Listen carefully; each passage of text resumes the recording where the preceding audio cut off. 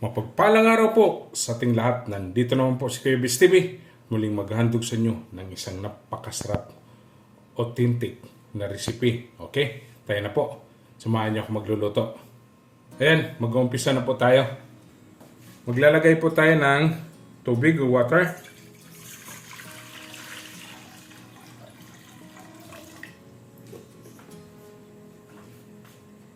Pakukuluan natin. Para madaling kumulo, tatakpan natin.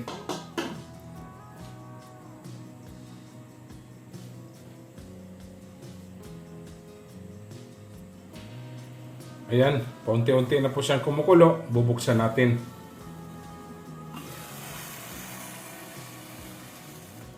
Habang paunti-unti siyang kumukulo, lagay natin itong ating kamatis or tomato. Sunod natin itong ating onion, ginger, at ating tatakpan.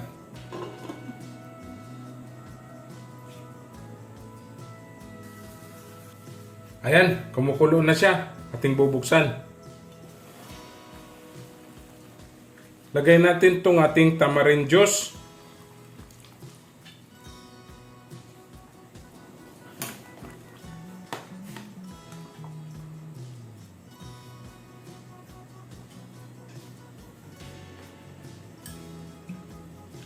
Maglalagay tayo ng pesos.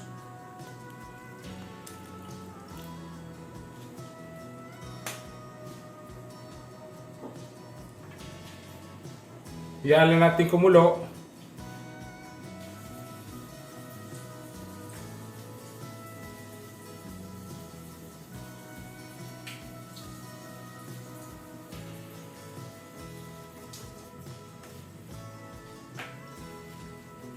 Lagay natin itong ating radish,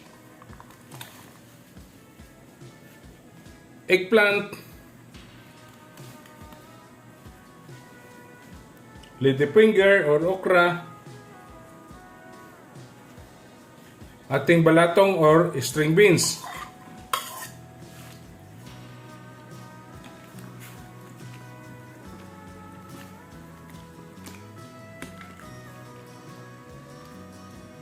Yan, hintayin natin kumulo. Ating tatakpan.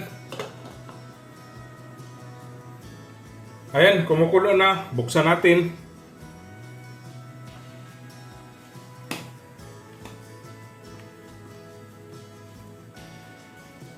Sunod nating lagay itong ating salmon.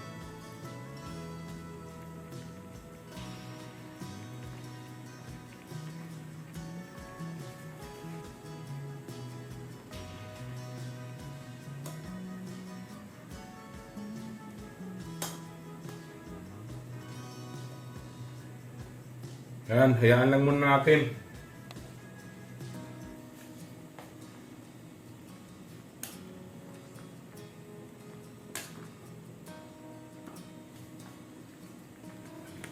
Lagay natin yung ating Chinese cabbage.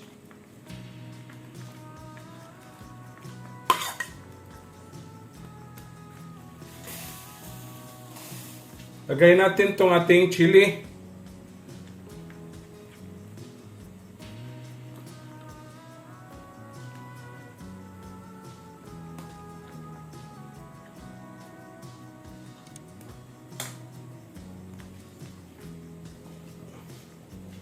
Yan, hayaan lang po natin kumulo ng 3 minutes.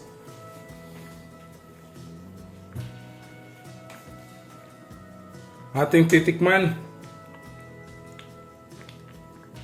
Maglalagay tayo ng salt para ma-enhance yung ating lasa. Yan.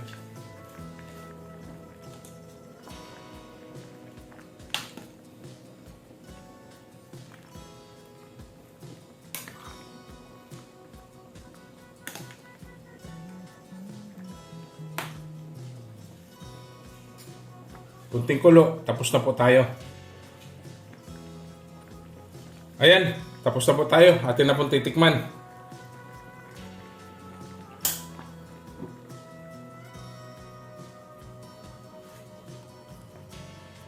Ayan. Okay. Yung titikman.